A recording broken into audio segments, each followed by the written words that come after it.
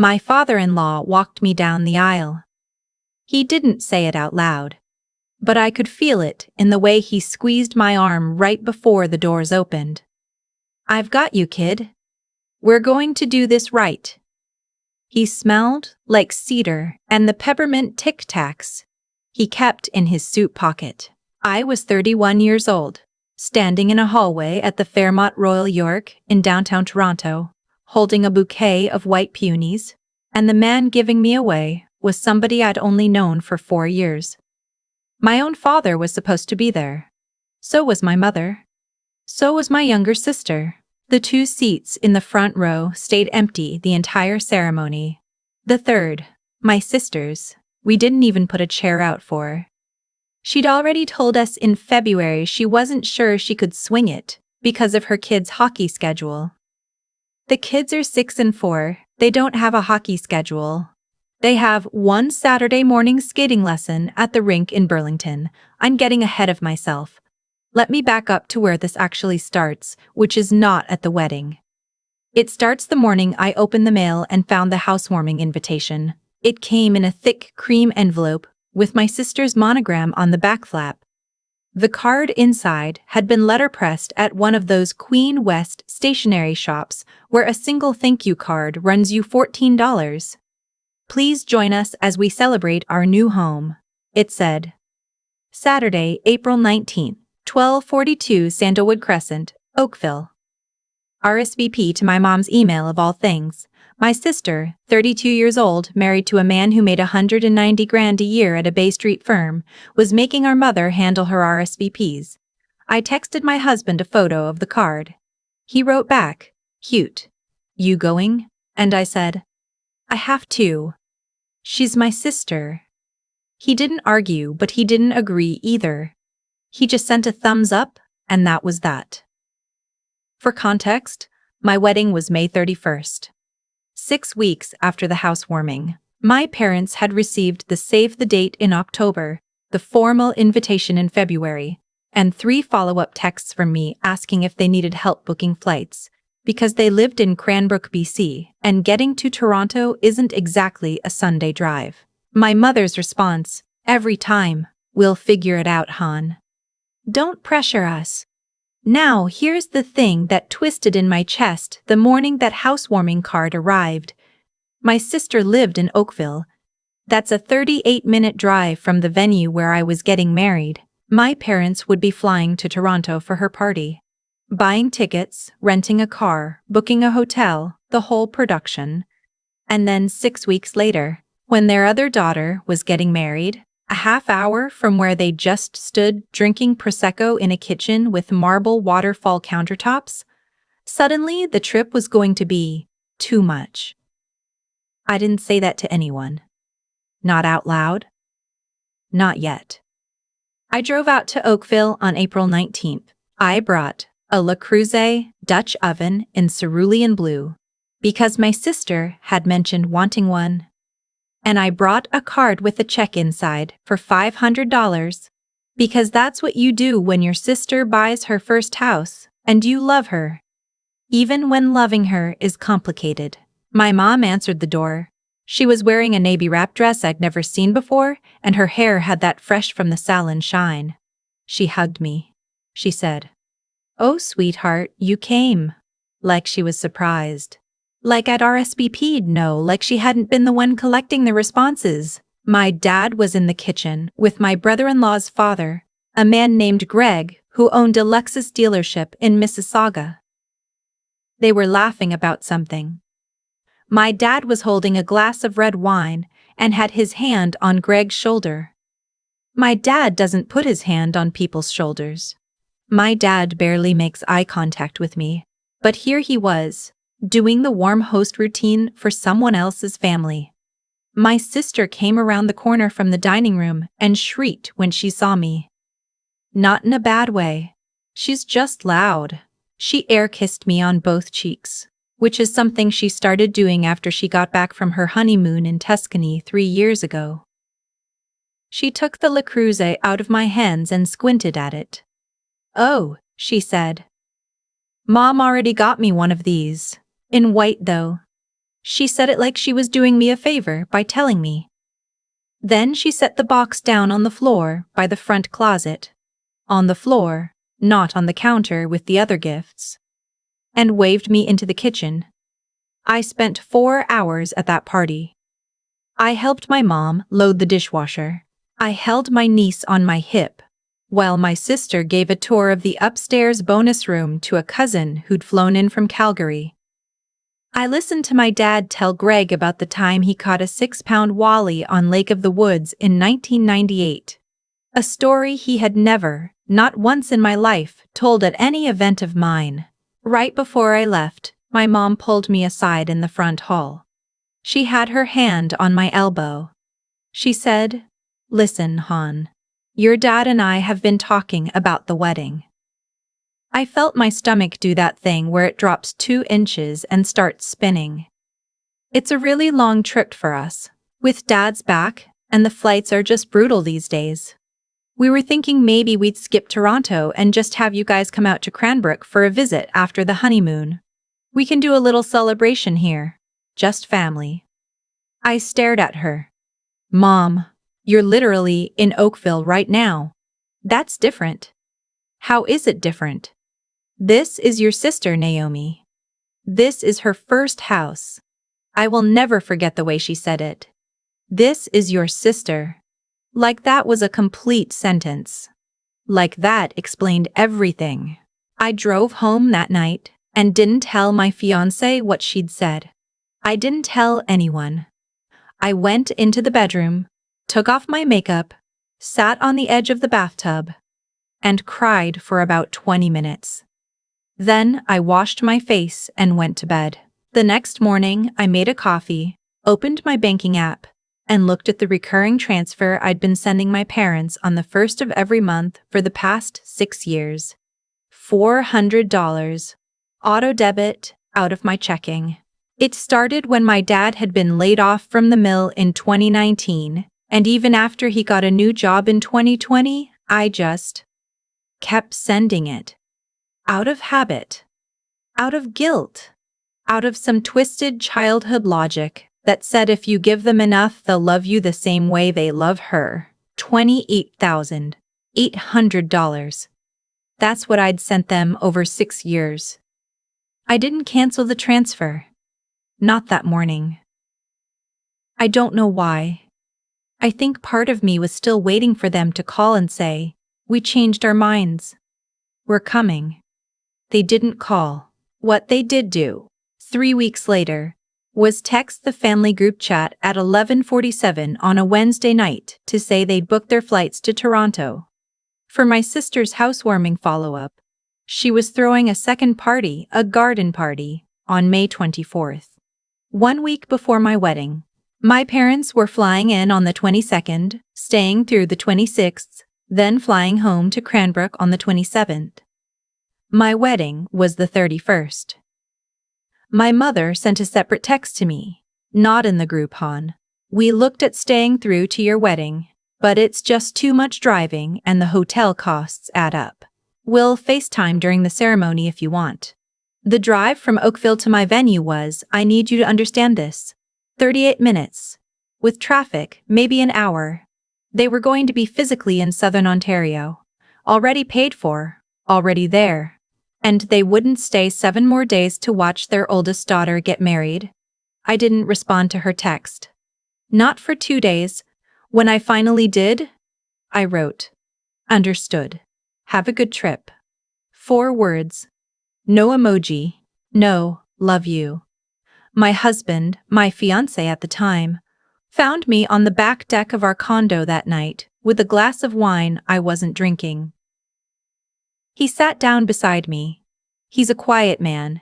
His name is Beckett, and he works in tax law, and he has never in his life raised his voice at me. He said, "Do you want me to call them?" "No." "Do you want me to ask my dad to talk to them?" "God, no." He waited. Then he said, "Do you want to talk about the trust?" I looked at him. "I have not told you about the trust yet, and I'm going to tell you now, because the rest of this story doesn't make sense without it. My maternal grandmother, My mom's mother, my Nana, passed away in 2014 when I was 21, and in my third year at Western. Nana had been a hairdresser her whole working life, married to a man who'd worked at the Stelco plant in Hamilton. They were not flashy people. Nana drove a 1998 Buick Century until the year she died. She wore the same wool coat every winter for 15 years. What none of us knew, what my mother in particular did not know, was that my grandfather, before he passed in 2008, had inherited a significant amount of money from his own father, who had been one of the original landowners in a swath of what is now downtown Burlington. Nana lived modestly because that's who she was, but she sat on a portfolio that, by the time she died, was worth just over $2 million. She left it in a trust. The trust had two named beneficiaries, me and my sister. But here's where it gets specific. Nana didn't trust my mother. She'd seen, all our lives, the way my mother treated us differently. She told me once, when I was about 16 and crying in her kitchen because my parents had forgotten my birthday for the third year in a row, "Sweetheart, your mother loves who's easy to love. It's a weakness. Don't hold it against her, but don't depend on her either." The trust was structured so that the funds were held until each beneficiary turned 35, or demonstrated specific milestones: university degree completed, 5 years of stable employment, financial independence. There was a clause, if either beneficiary, between the ages of 21 and 35, accepted significant financial assistance from any other family member, their portion of the trust would be subject to review by the trustee.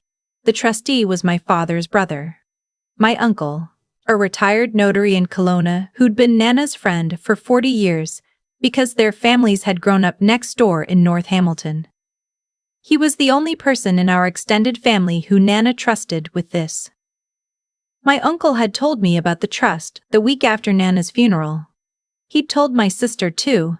He'd told us both separately in 2 long phone calls. My sister called me that same night, in tears, saying she'd already told Mom about the money. I had not. I will tell you exactly why I didn't tell her. Because by the time I was 21, I had already understood what my Nana had been trying to tell me my whole life. The minute my mother knew I had access to that money, the love would arrive. Performative, urgent, conditional. And the minute the money was spent, it would leave again. I didn't want to test that theory. I didn't want to know for sure. So I kept it to myself. For 10 years. My sister, on the other hand, had been pulling from her share for almost a decade.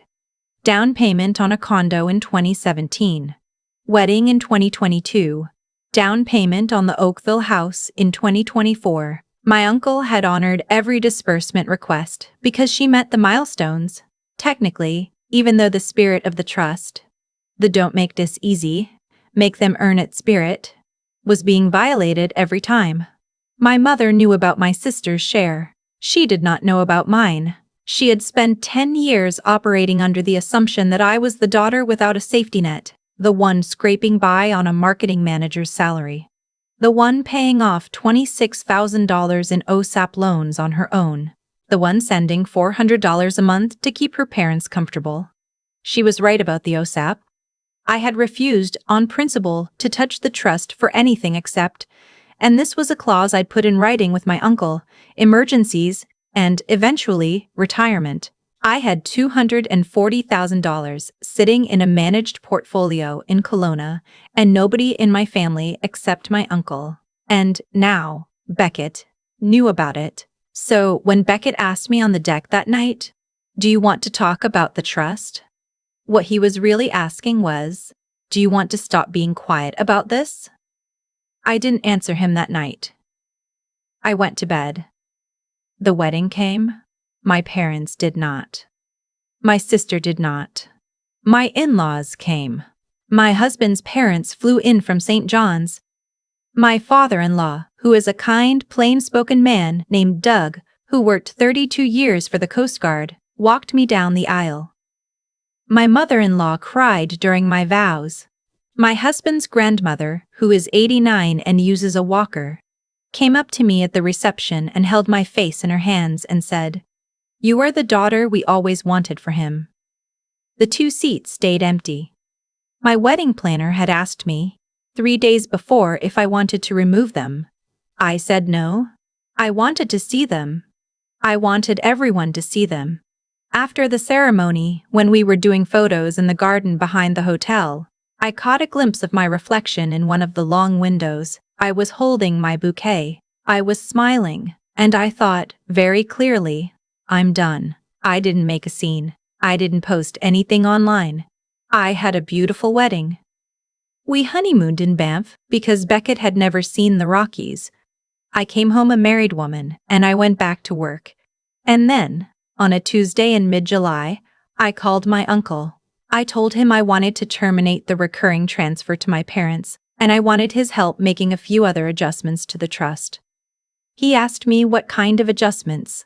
I told him I wanted to exercise the early distribution clause for a portion of the funds, enough to pay off my OSAP balance and put a down payment on a townhouse in Leslieville that Beckett and I had been quietly looking at. He was silent for a moment. Then he said, "Your grandmother would be glad." The next morning, I canceled the $400 auto debit. I didn't send a text. I didn't write an email. I just turned it off. It took my mother 11 days to notice. She called me on a Saturday morning. I was at the farmer's market on Whitewood with Beckett, holding a paper bag of butter tarts from a vendor who comes in from Prince Edward County. I let it go to voicemail. She called again 40 minutes later. I let that go too. The third call, I picked up. "Hi, Mom. Naomi, what's going on with your account?" "What do you mean? The transfer didn't come through this month. We waited and we thought maybe the bank had a problem, but it's been almost 2 weeks and your father is asking." I canceled it. There was a pause. A long one, long enough that I could hear in the background my dad's voice saying something I couldn't make out and my mother saying shush, very quietly. "You canceled it," she repeated. "Yes. Honey, we counted on that for our property tax installment. Your dad's hours got cut back, you know that?" I didn't know that. She had never mentioned it. "Mom, I'm not sending the transfer anymore. Is this about the wedding?" I almost laughed. Is this about the wedding? As if there were any other thing this could be about? "It's not about the wedding," I said. "It's about the fact that I've been sending you $400 a month for 6 years and I would like to stop now." "Naomi, that's our property tax." "Then maybe ask my sister." She was quiet again. "That's not the same." "I know," I said. "It's not. I'm going to go, Mom. I'll talk to you later." I hung up. Beckett looked at me. I bought the butter tarts. We walked home.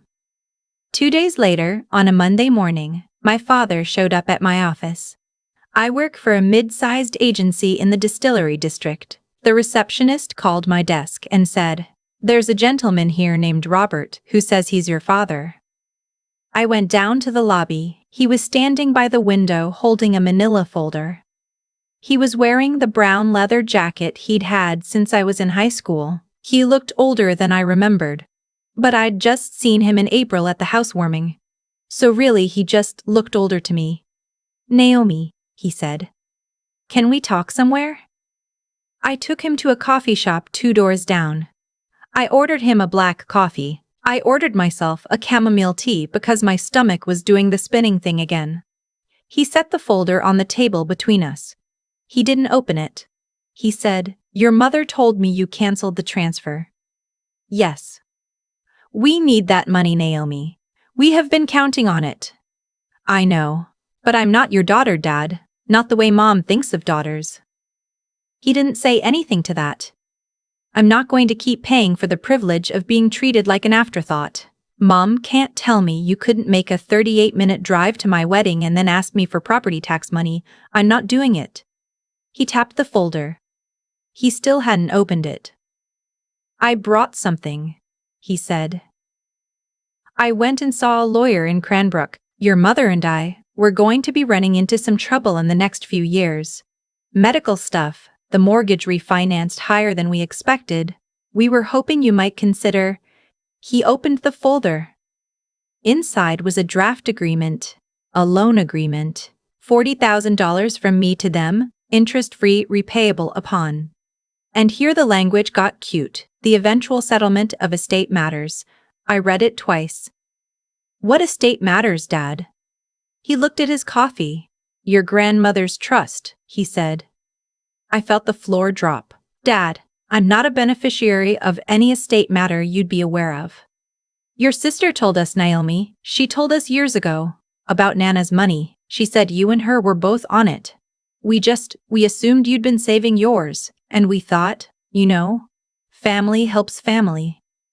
I sat back in my chair. I looked at this man, my father, who had not paid for my university, who had not flown across the country for my wedding, who had not, as far as I could remember, ever once said the words, "I'm proud of you" to me. Out loud. Did Mom send you here with this? I asked. It was both of us.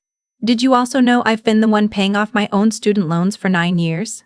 He nodded slowly. Did it ever occur to you in those 9 years that maybe the reason I never touched the trust was because I was trying to be the kind of person Nana wanted me to be?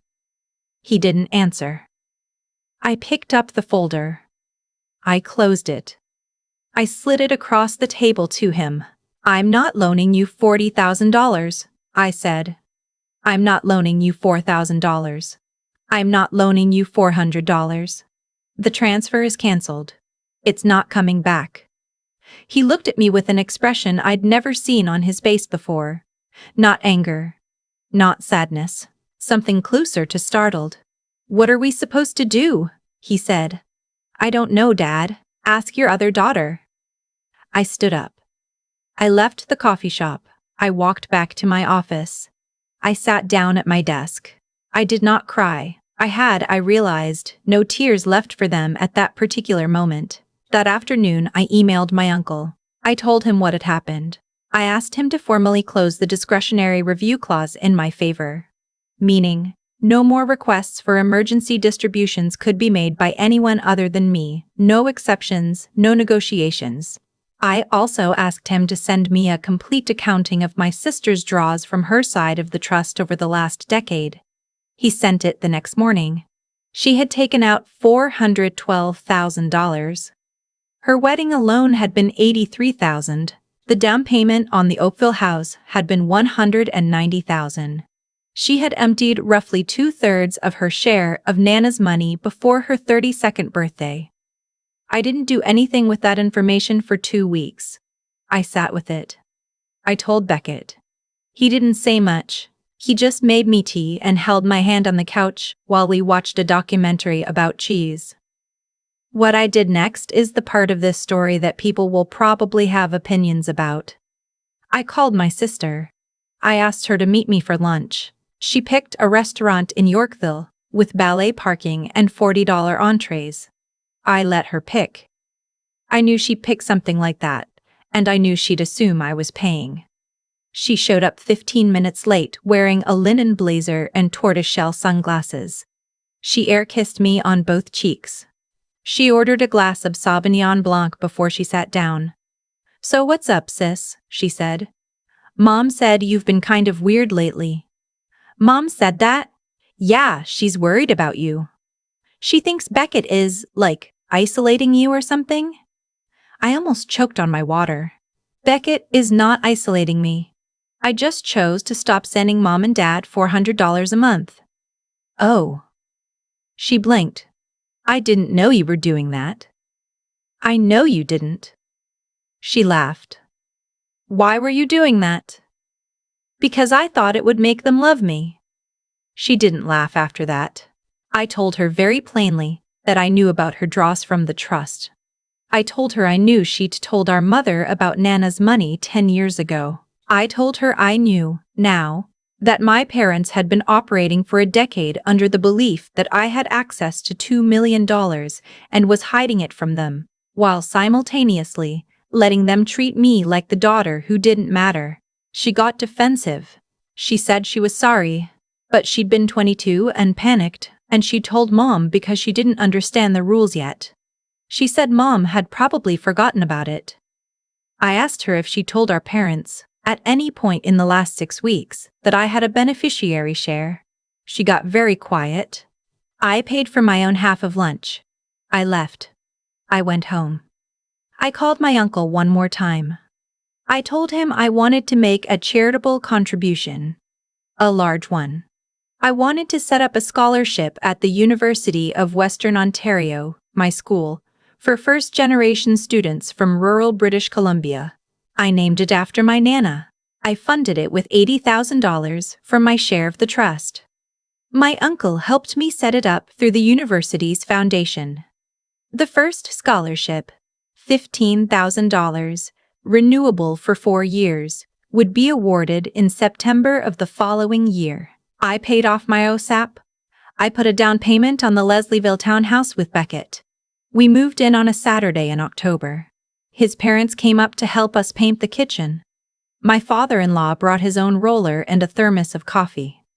I haven't spoken to my parents since the coffee shop in July. My sister sent me a Christmas card. I did not send one back.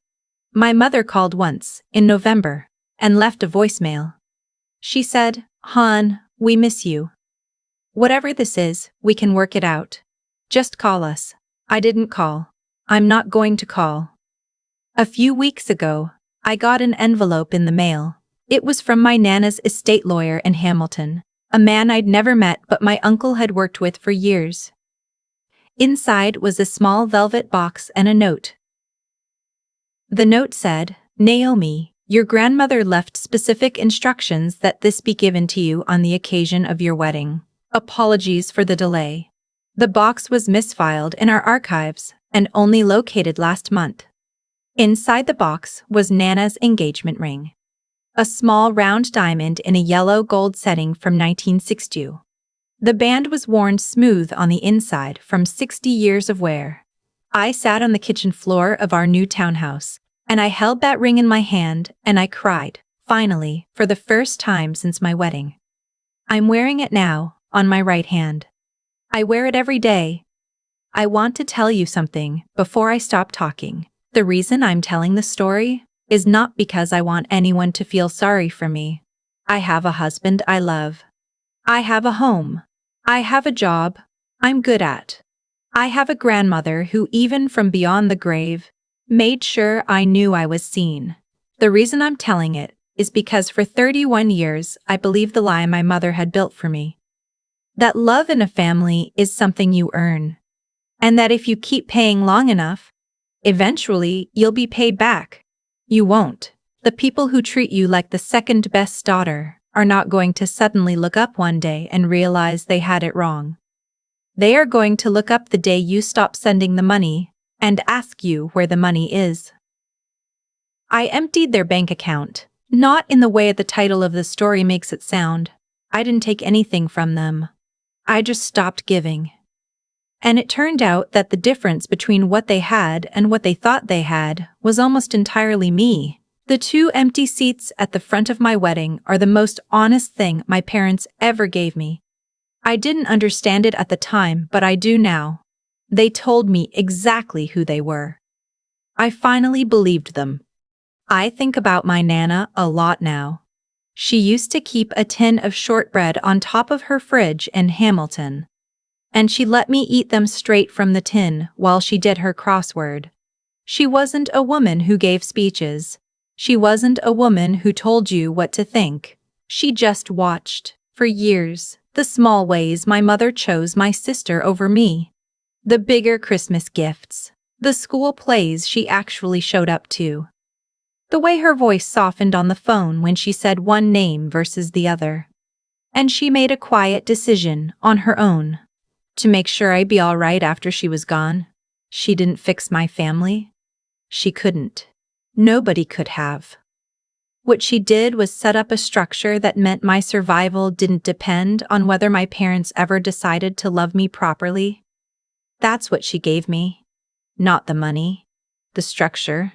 The idea that I was allowed to build a life that didn't require their approval to function. I've been thinking about cause and effect the way a person thinks about a long staircase they've already climbed. Every step I took toward my parents over the years, the $400 a month, the showing up to events I wasn't really invited to, the swallowing of small humiliations because making peace seemed kinder than making a point. Every one of those steps trained them to expect more. I taught them, by my behavior, that I was the daughter who would absorb. So they absorbed me. That's not cruelty on their part, not exactly. That's just water finding the path of least resistance.